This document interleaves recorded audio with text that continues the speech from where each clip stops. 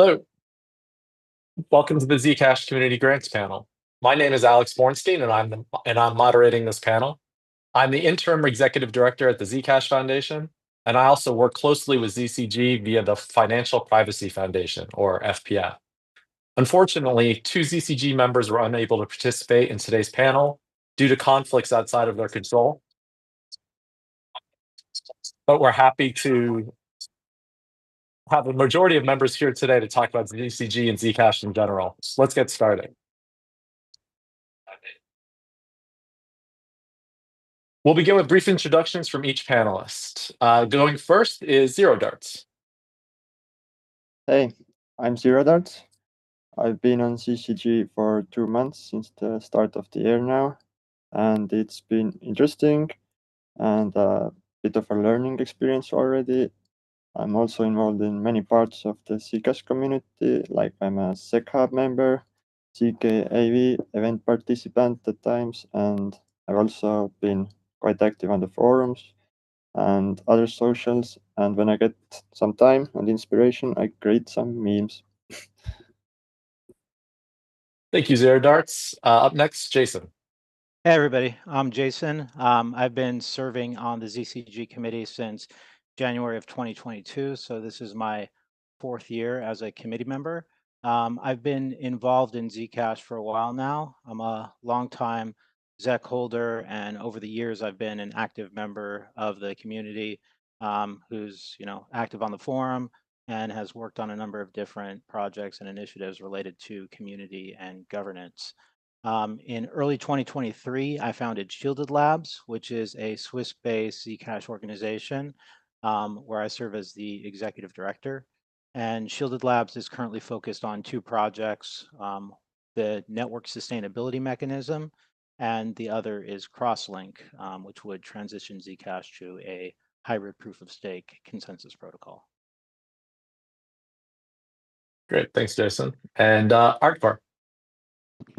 Hello, everyone. I am Artkor, Zcash from Russia, and I run social media about Zcash in Russian. People know me on Twitter as Zcash. I started just as a Zec miner on GPU in 2017, later switched to ASICs. I was active to the community and wrote different articles about Zcash and translate all news on Russian. When I was invited by a previous ZCG member to join to Zcash ambassador teams, so I started a YouTube channel which gained popularity in the Russian-speaking community. Basically, I'm an example of how decentralized Zcash is today. And if you are an active member of the community, then the community will definitely notice you. It doesn't matter where are you from. Thanks, Alex. Let's get started. Thank you, Artvar. So our first question today is, what are the biggest barriers to Zcash adoption today? Are they technical, UX related, or due to a lack of awareness? And up first is Artvar. Thanks, Alex. It's my first public speech, and I'm grateful to community for this opportunity to speak today. And these great questions will really help me with that. I believe that our best strategy to overcome all barriers is to place Zcash exactly where everyone will eventually arrive. Let me explain what I mean. You see, even if we keep saying use Zcash because privacy is normal, just understand that it won't be as effective as when a person suddenly realizes there a real problem. One way or someone way know has faced it what cannot be solved with any over-transparent crypto tool. It can only be solved with a truly private and fungible cryptocurrencies like Zcash. I don't think it's possible to speed up or artificially create such situation, but a good example of this is something like recent Bybit hack. I've been thinking about it. What happens next? What happens now that a third of 1% of all ETH has been marketed as stolen and is now flowing through different forms, mixing with clean assets? No one fully understands yet whether this threatens regular people, but some DEX developers have already called for stopping and have even left their projects. DEX are important, but vulnerable places. The problem is that decentralization and transparent blockchains will always bring up these ethical debates, but not just debates. Regular can go after protocol devs depending on the jurisdiction.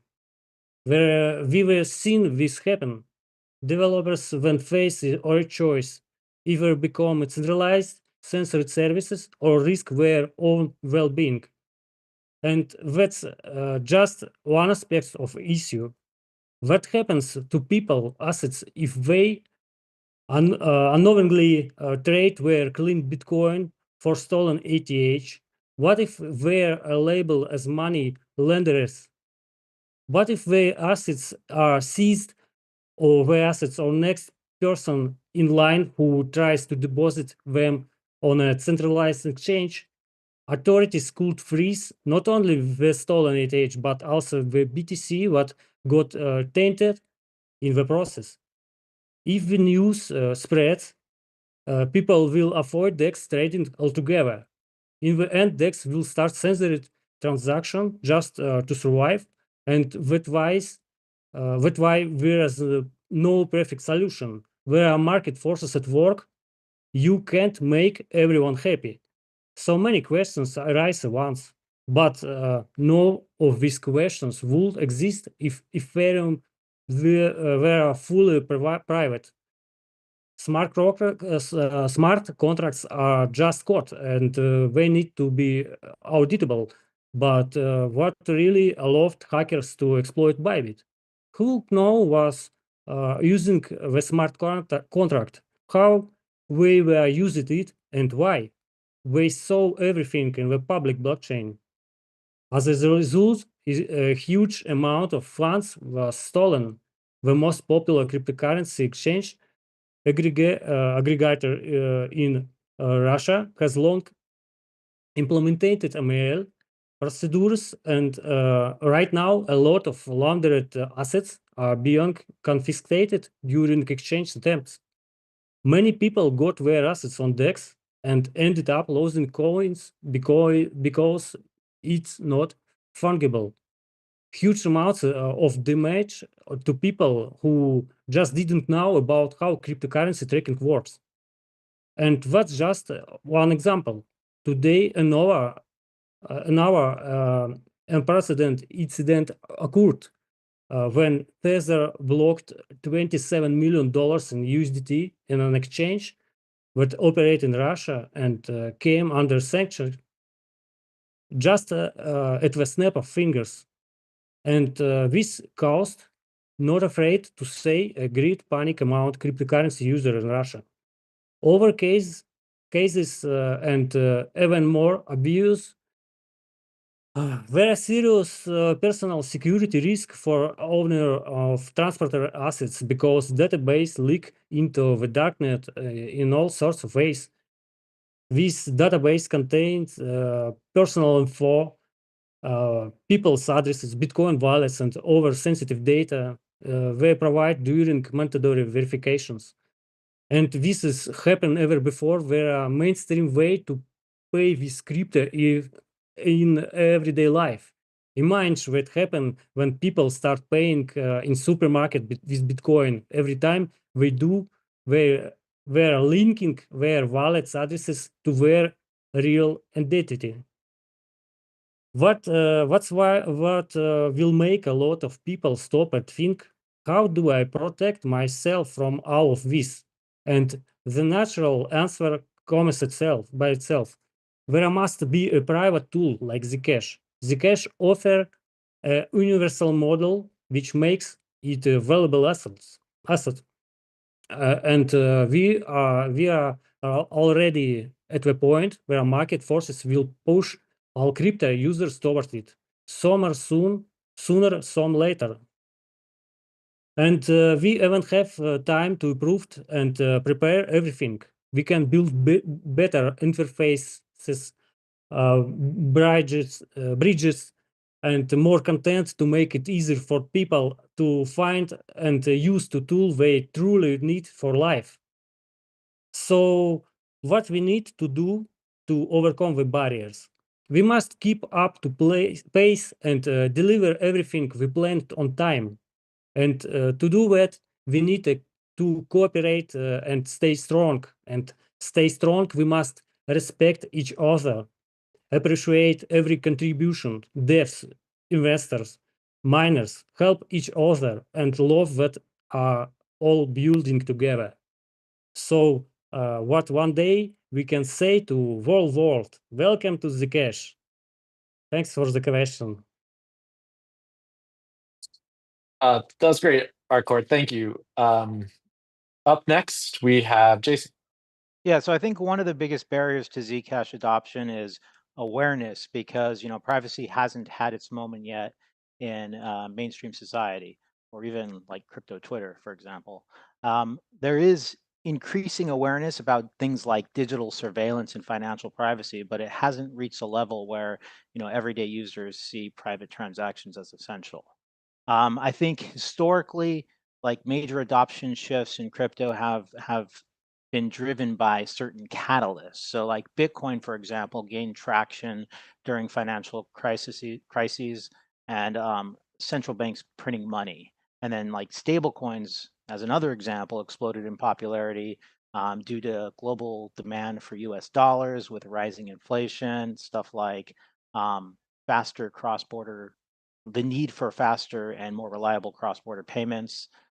So I think for Zcash to see a similar breakthrough, there likely needs to be some sort of tipping point where privacy becomes an urgent priority. And that could be due to a number of different reasons, like regulatory overreach, financial censorship, concerns about data security. I do think that we're starting to see the early stages of that shift, and we'll probably see Zcash and other privacy preserving technologies become more relevant in the coming years. Another challenge that we face is that the tooling around Zcash still needs to improve to make private transactions as easy as possible. So, shielded transactions require more resources than transparent ones, and not all wallets and exchanges support shielded Zec. So over the years, one thing that ZCG has done to improve this is fund projects like mobile wallets and hardware wallet support. But I think that there's still a lot of work that needs to be done. Zashi is also very user friendly and has made important integrations like Flexa, for example. So I think making privacy the default while keeping the UX simple is very important.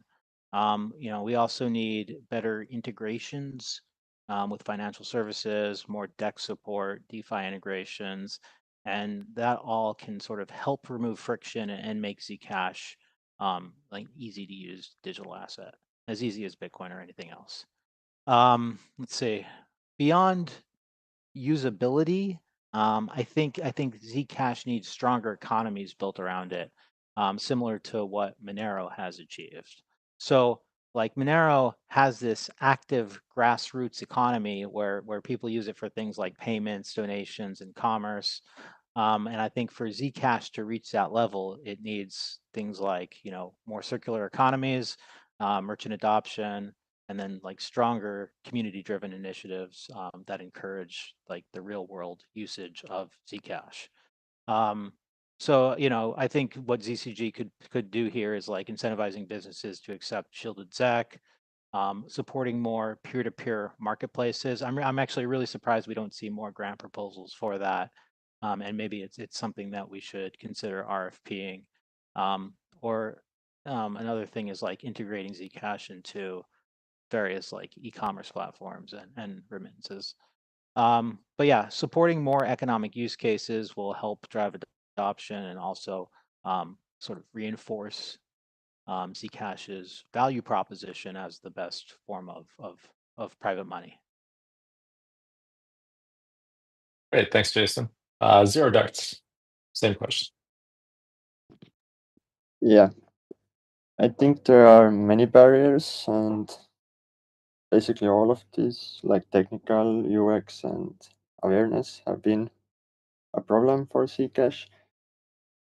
But even though, yeah, we have made good progress on wallet user experience recently, I think, like Sashi and Keystone integration for the hardware wallet, and yeah, this is really good. But yeah, there remains a lot to be solved, like scaling and instant payments in the future. We have also had some bad luck and problems with some other hardware wallets like Trezor and Ledger. And I think these have really slowed down the shielded SEC adoption. I also think in the world, no cryptocurrency has really reached a meaningful adoption in the wider world.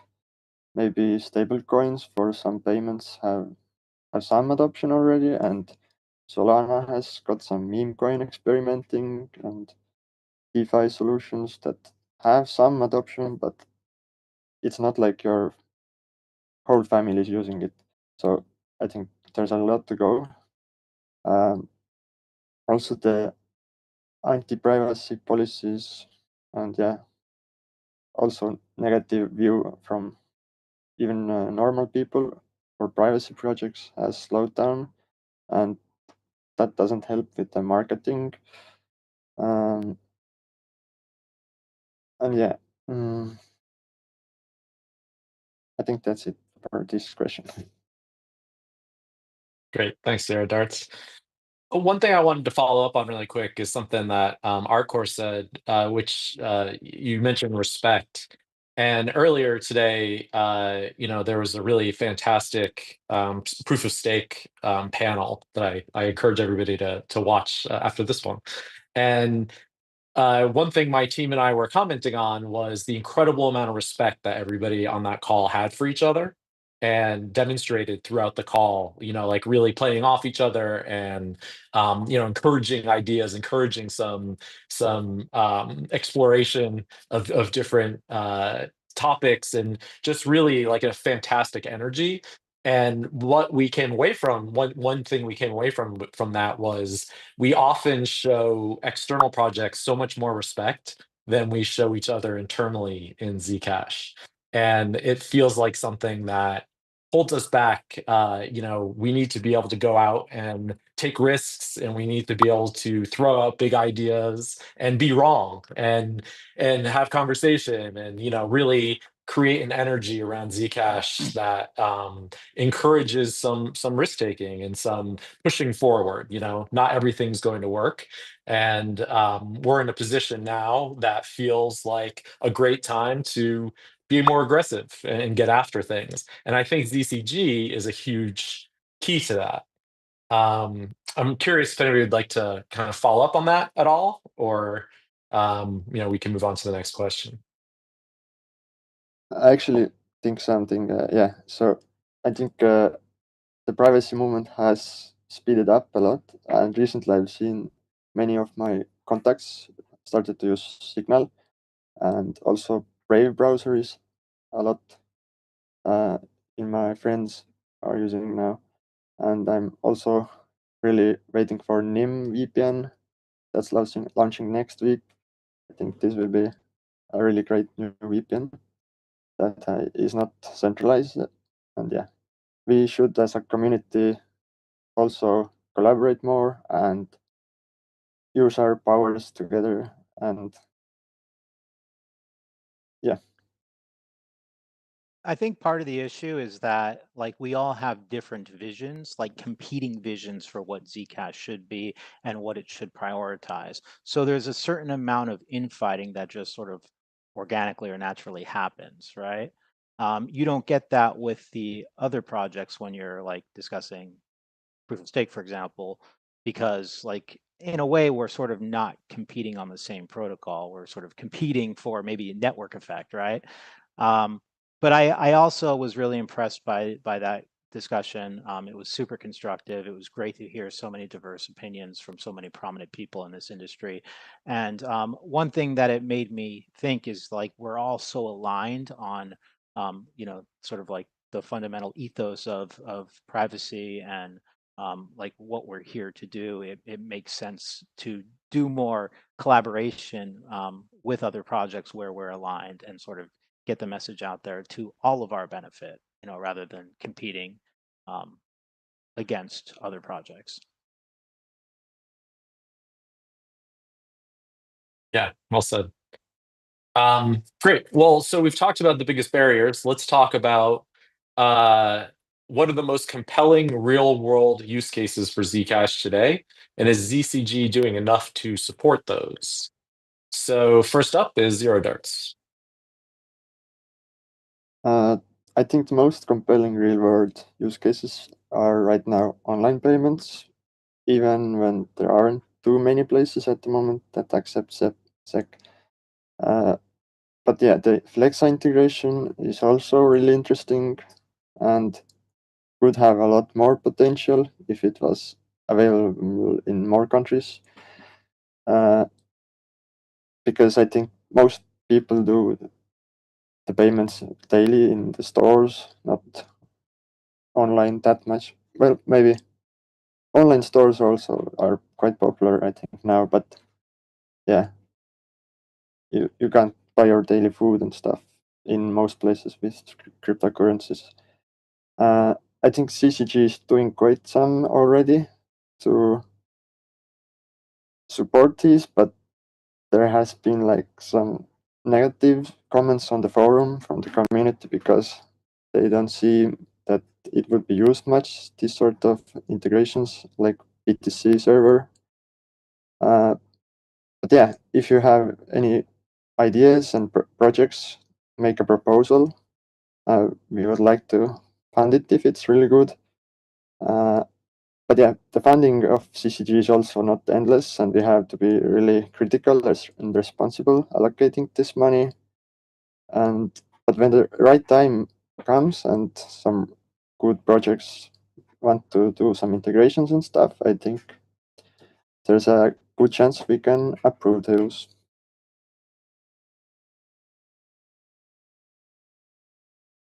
Great, thanks, Zero Darts. Arcor.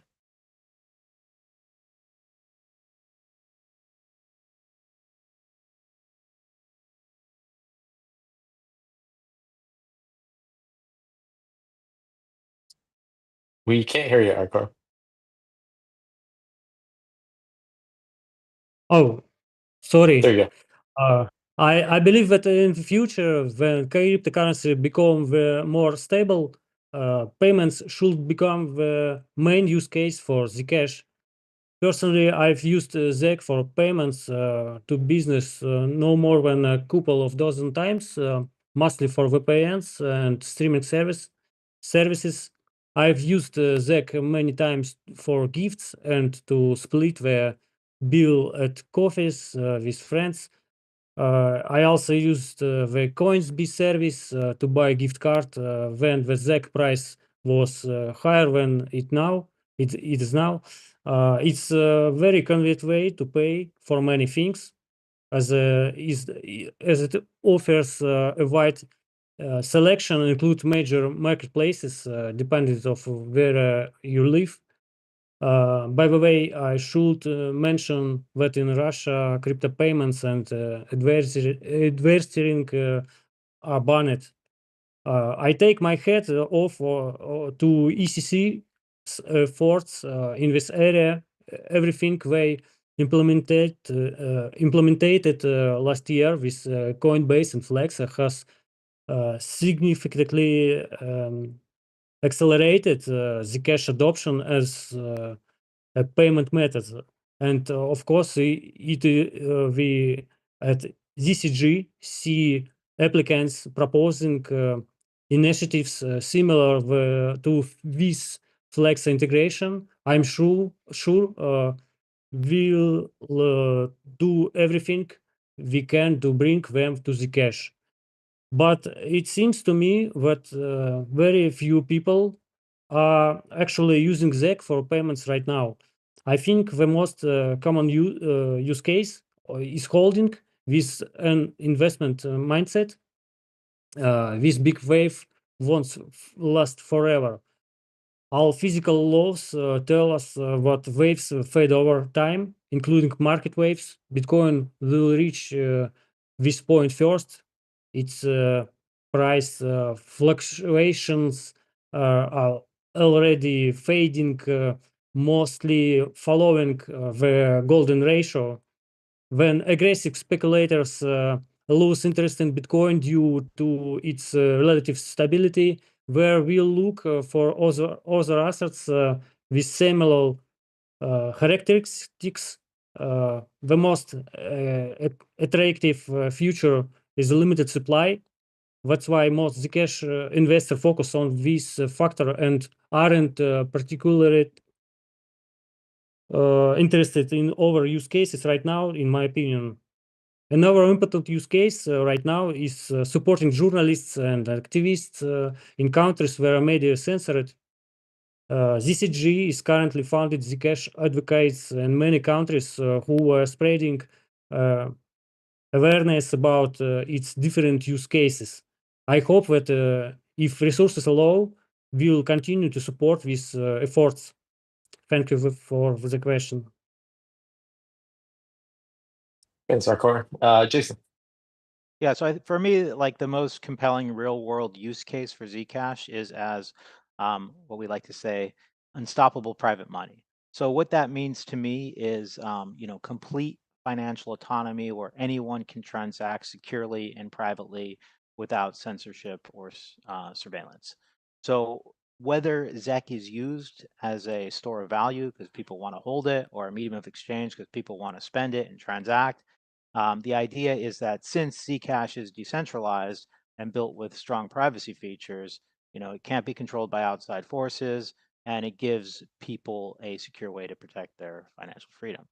So the question, is like, is ZCG doing enough to support this effort? And so I think ZCG has funded mobile wallet development to make it easier for users to shield their ZEC and transact privately. Over the years, we've given grants to projects like YWallet, Zingo, Nighthawk, and other wallet developers. And what that's led to is it's given people a user-friendly option for holding, using, and spending shielded ZEC. And one of the key metrics that I like to sort of used to gauge progress is the significant growth of the shielded pools since these projects were funded. And along those lines, we've also funded shielded support for hardware devices, including Keystone and Ledger. The situation with Ledger is really bad. I think Zero Darts mentioned that.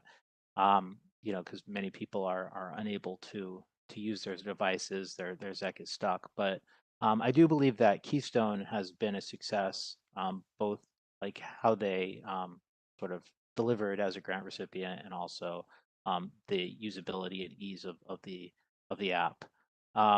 But you can also see another uptick in the shielded pool since that has been funded. So today there's about 2.1 million ZEC held across the various shielded pools. And then the other use case I think is important is private stablecoins.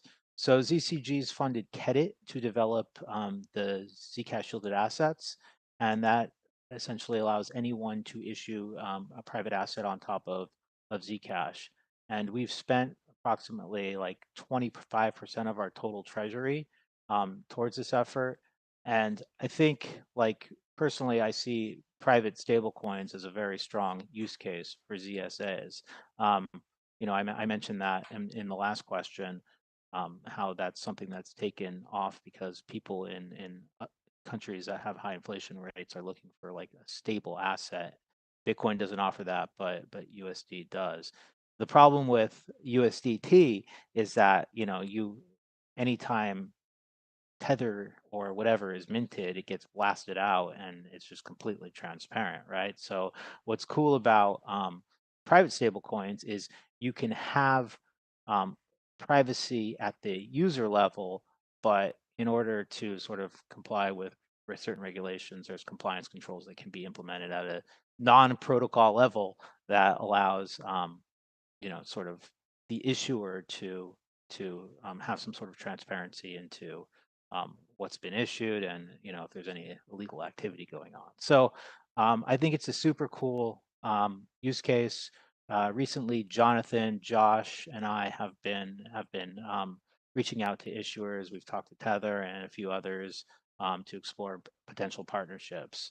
But I do think, like, I want to just sort of emphasize this point, like stable coins have been more widely used than Bitcoin, and a private stable coin that gives some sort of compliance controls for issuers but maintains user privacy is just like would fill an important gap in the market, I think. I would go as far as to maybe call that the holy grail for Zcash in many ways. And it harkens back to what Arcor was saying about supporting people in countries where there isn't freedom, where there are massive consequences for going up against the powers that be. Private stablecoin would certainly help in that use case scenario.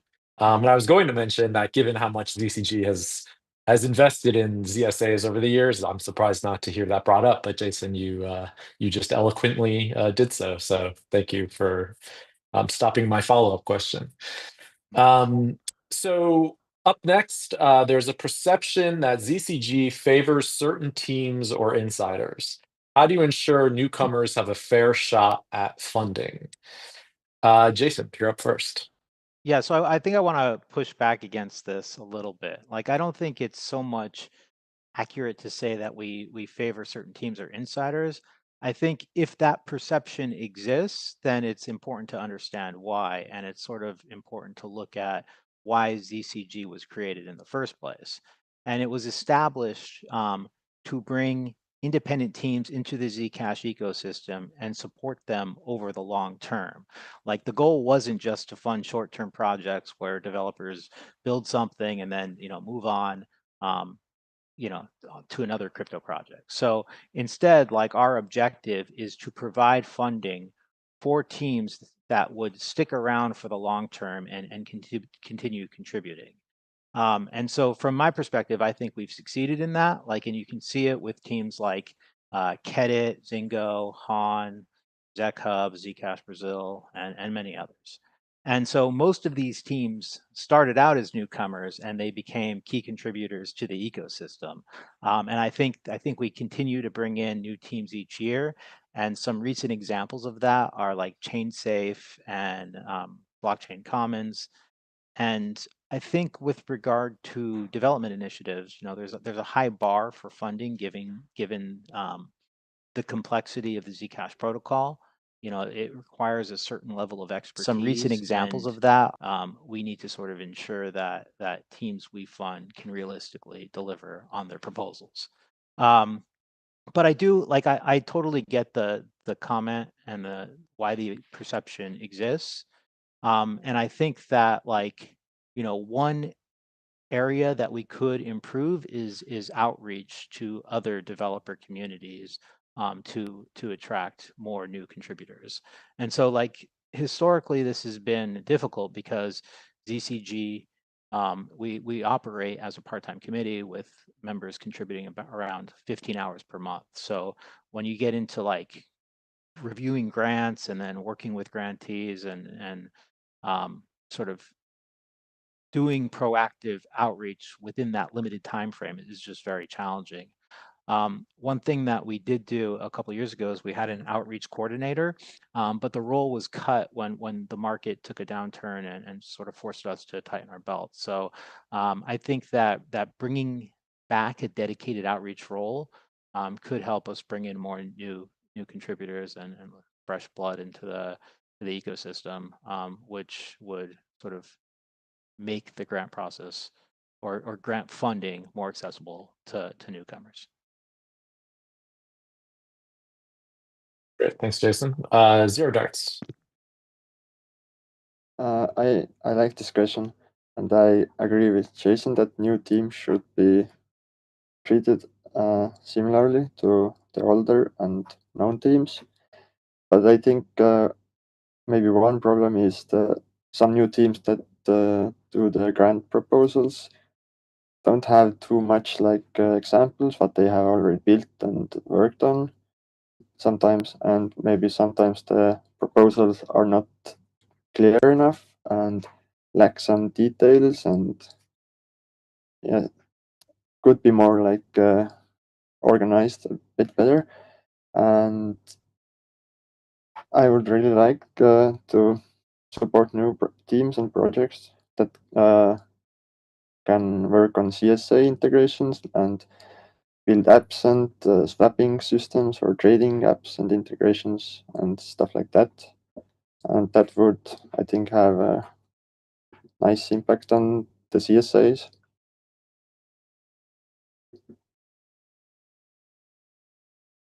Great, thanks, Zero. Arcor. I'll probably repeat some thoughts, but these are the accent point of ZCG and the community. I believe that ZCG is open to everyone, and anyone with a valuable project for Zcash has a chance to receive funding. First, the grant review process is transparent. All discussion happen publicity, and arguments for or against a proposal are always available on the forum. If someone feels that decision was unfair, they can ask questions and get clarification. Second, the quality of the proposal matters more than the status of the applicant. A newcomer who presents a well thought out, realistic and useful project has the same chance as an experienced team. Yes, we'll know developers or project with a track record may inspire more confidence, but that doesn't mean ZCG favor them. It just means they already have proven results.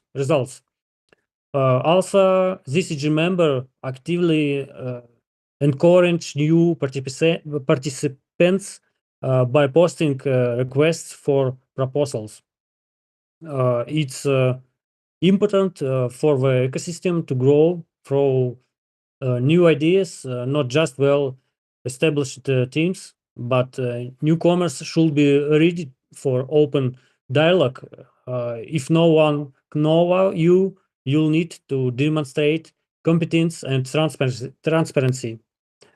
If you need and want to improve your chains, engage with the community, ask questions, and clarify details before submitting a proposal. There are more involved you are, the easier it is to prove the value of your project. Thanks for the question. Great, thanks, Arcor. Up next, how can Zcash stand out in an increasingly competitive privacy landscape? And you're up again, Arcor.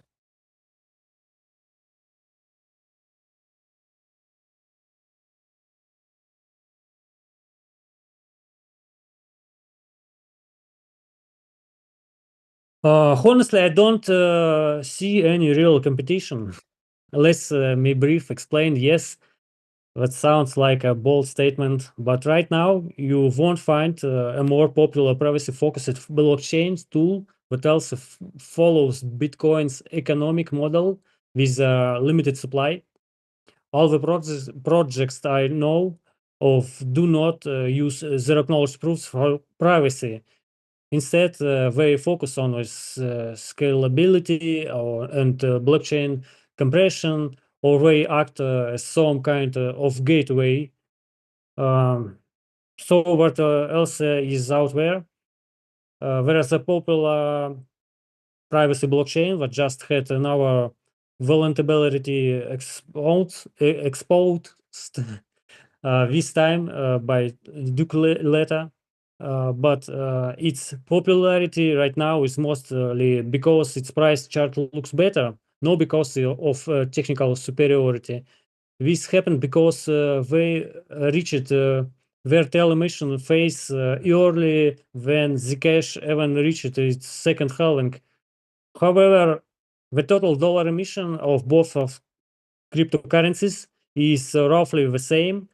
That's why I believe their real-world market popularity is also about the same in dollar terms. Why do I say this? Because price is the market's way of measuring the balance between supply and demand. And if the current emission rate of 1,080 100 ZEC per day, all of those coins find buyers, and the current price when the total dollar demand equals the price multiplied by the emission. In that popular project, 462 coins are emitted per day, and that will continue forever. They cannot stop their emission anymore. Meanwhile, Zcash has a hard-capped supply of 21 million coins. That alone is a huge competitive advantage for my opinion, and it matters to many people. Plus, Zcash offers top-tier privacy, not a matter probabilistic cryptography, but real zero-knowledge cryptography. But stay competitive, we need to design better incentives that preserve the best aspects of Bitcoin's model while significantly improving Zcash functionality and futures potential. That's exactly what people have been discussing throughout this conference. Thanks for the question. Thanks, Arcor. Jason. Yeah, so I really agree with Arcor on this. I think Zcash does stand out because for a couple of reasons. It has a relatively strong network effect, or like, the Lindy effect of it being around for so long and showing resilience over the past 8 years. So Zcash is the first cryptocurrency to implement zero knowledge proofs for privacy, and it's just been battle tested through harsh market cycles, while other privacy projects have faded away. Like Zcash hasn't died yet, and I often hear people say that it's dying or it's already dead. But the reality is, like, if you're paying attention, the ecosystem is more vibrant and decentralized than ever. So there's multiple independent organizations supporting its development. We still got ECC and the Zcash Foundation. We've got Shielded Labs and Kedit, Zingo, and there's other community projects and organizations that support it. So, I certainly acknowledge that we have problems around funding and coordination around protocol upgrades, like, things like Zcash dedeprecation and, network upgrade 7 are just kind of a mess, right? But I think that, those are challenges that we need to overcome. But the fact that Zcash is still here with an engaged community and active development shows that it's probably one of the strongest privacy projects in the space. And so, like, I think to further differentiate itself, it needs clearer narratives and stronger use cases. And we talked a little bit about this before, but the idea of Zcash being unstoppable private money where people can transact freely without surveillance or censorship, I think is a compelling message that resonates with people who care about financial privacy.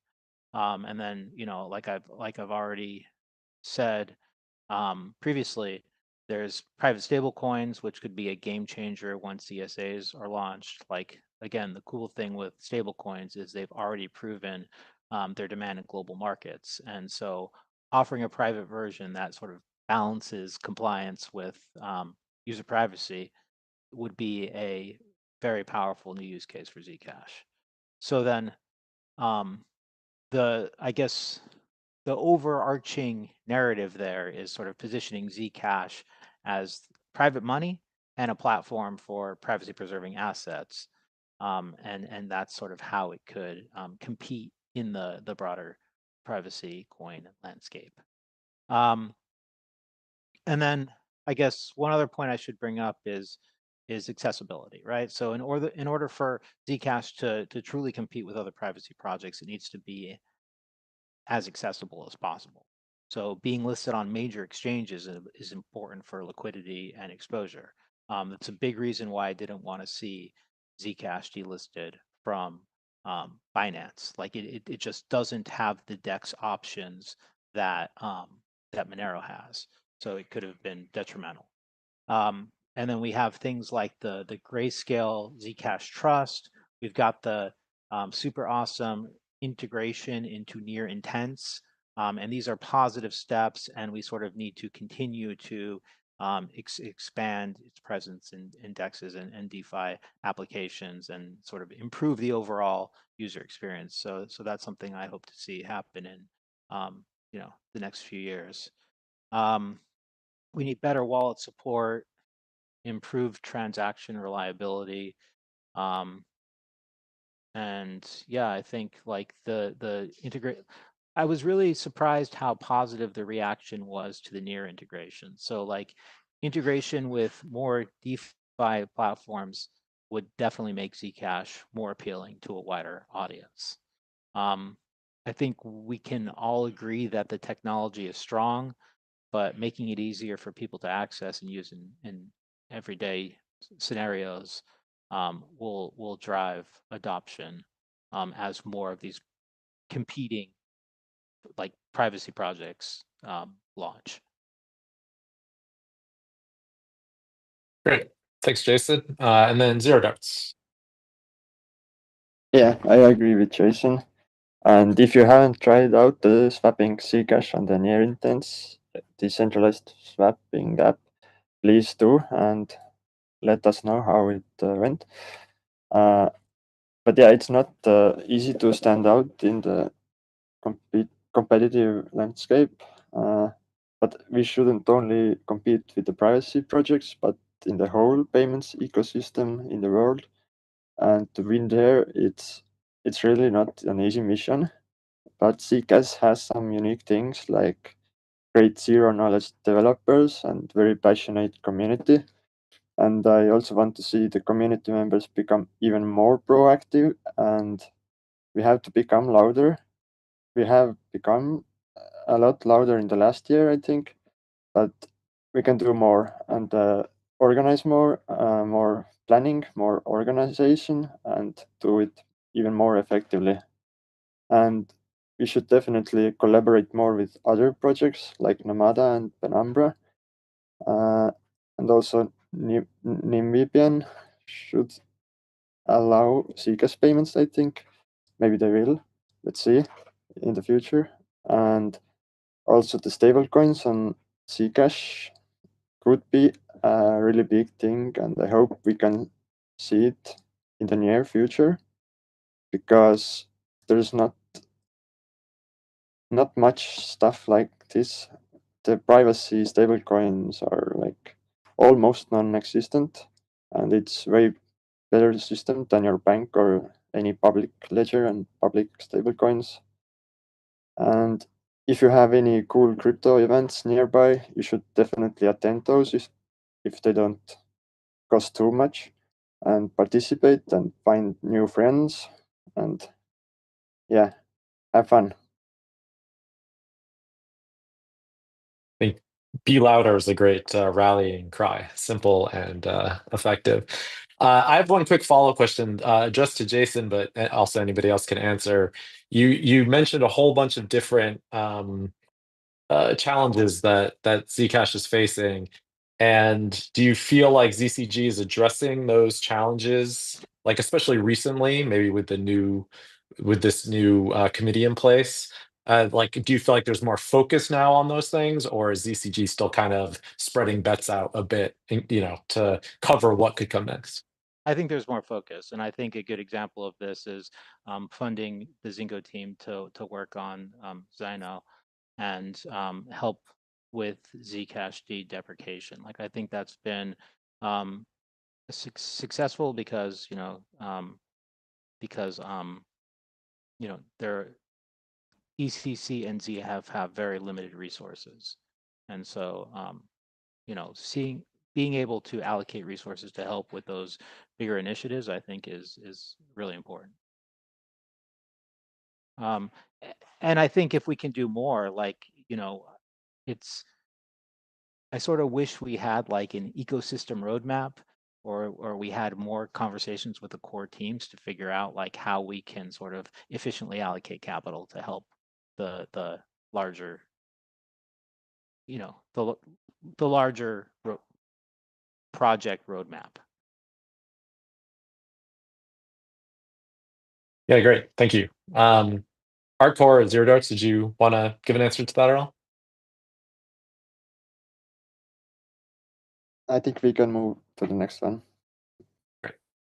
All right. Well, last question. What advice would you give to prospective grant applicants to improve their chances of success?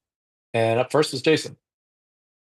Okay, so the first thing to understand here is that ZCG has very limited funding, and so our goal is to allocate it towards development initiatives, community building projects that are in line with the ecosystem's needs and places where it sort of makes sense, like where Zcash has an important use case, like Brazil, Latin America.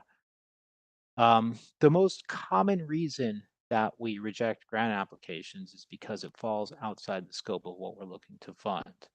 So each year, we define our priorities. We focus on projects that support Zcash's long-term growth. So if you want to increase your chances of securing a grant, it's important to be aware of what's happening in the ecosystem and where funding is most needed. I already brought up the Zingo example, but like, just to give a little bit more information about that, like I met up with Zonkis at the ZEC Summit in San Diego, and they wanted to continue working on Zcash, but new ZCG wasn't planning on allocating funds to support mobile wallet development. Since Zcash deprecation was a big initiative, they were able to work with the core engineers at ECC and ZF on a proposal that ultimately became Zino, and like I said, I think that's been a huge success because it sort of allowed this independent team to step in and help where other organizations didn't have the financial or development resources to commit. There's another example that I think is important, and that's with ChainSafe. Like, ChainSafe wanted to build a MetaMask snap, and instead of like jumping straight into a full grant proposal, they spent months attending the Light Client working group calls so they could understand, what was required. And then even after that, they applied for a feasibility study. A grant for a feasibility study before moving forward. So it sort of gave the committee confidence that their final proposal was realistic and implementable. And I think this same approach really applies to community grants. Like a really good example of this is recent, and it's with the Turkish ambassador who initially applied for ZCG funding, but his proposal was rejected. And we asked him to get involved with ZecHub, so that he could sort of prove himself and demonstrate, like, the value of their contributions. So with the community grants, we sort of only want to give funding to people who have taken the time to sort of demonstrate their commitment to Zcash. And so what's cool about ZecHub is they the Turkish ambassador was able to obtain some funding from ZecHub, and then after proving their value to the community, we were more than happy to approve a larger grant to support their efforts. And this is very similar to like what we do for the Zcash Brazil and the Spanish community. So I think, the key thing to take away here is like, just get involved. Like if you want to increase your chances of securing funding, then you sort of have to take the time to understand Zcash's priorities, whether that's by participating in the forums or joining the arborist calls or the light client working group calls. Or, one thing that we're totally open to is like if somebody wants to put in a grant proposal, they can set up a call with the committee and give us a heads up about it, and then we can sort of work with them to refine their proposal. But I think that,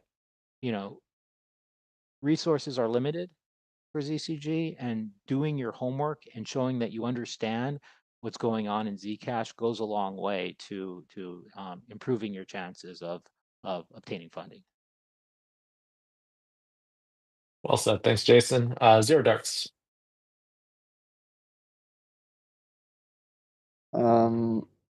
Yeah, I agree with Jason on a lot of the points, and I think the grant applicants should focus on what and how their project does in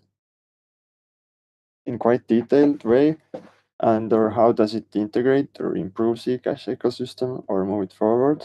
And I think it's really important to show the relevant experience of your previous work. That also gives a lot of confidence to the CGG and in your team.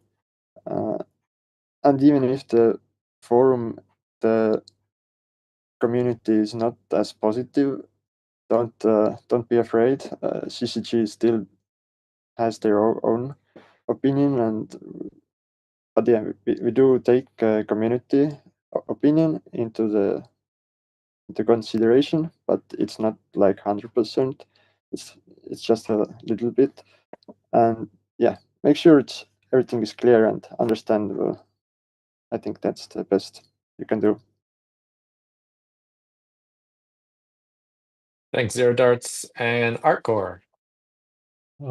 I think Jason and Zero Darts did a good description of everything. I'll just try to summarize things in the form of thesis. There are several key aspects for matter. For most important question an applicant can ask themselves is how does this proposal improve Zcash?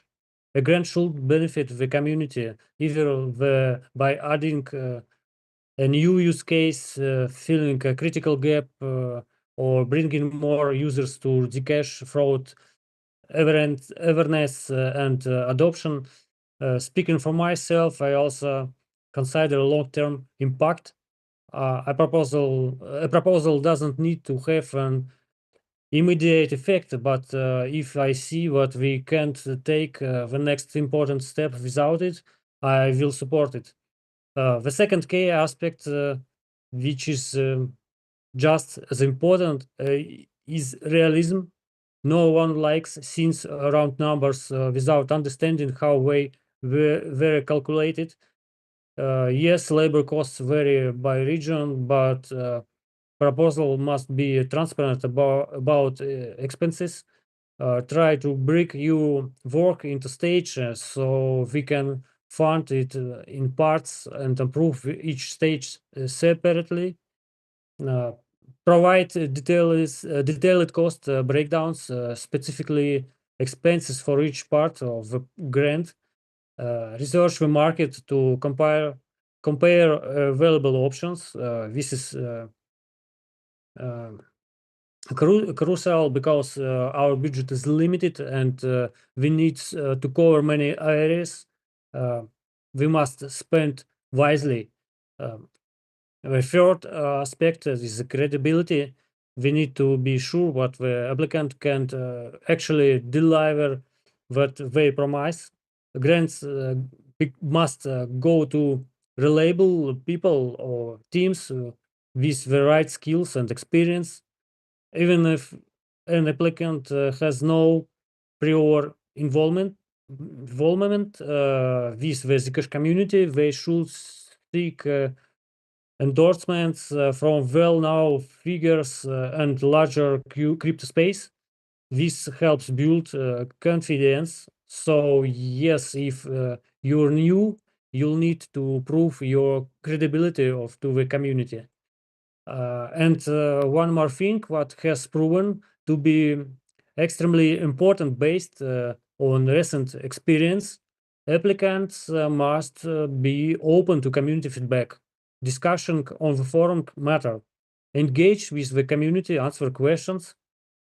Even if criticism seems harsh, explain your position, be prepared to tough feedback, but don't panic. ZCG only consider objective criticism. We encourage early discussion to avoid misunderstanding. So, ZCG support projects that listen to the community and adapt. If an applicant ignores questions of or if refuses to engage, trust declines, and with it their change of approval. And of course, study the forum, see which projects have been funded before and that arguments matter in their discussion. Thank you for the question. Thank you, Arkor. I think that's a great way to wrap up. We're at time.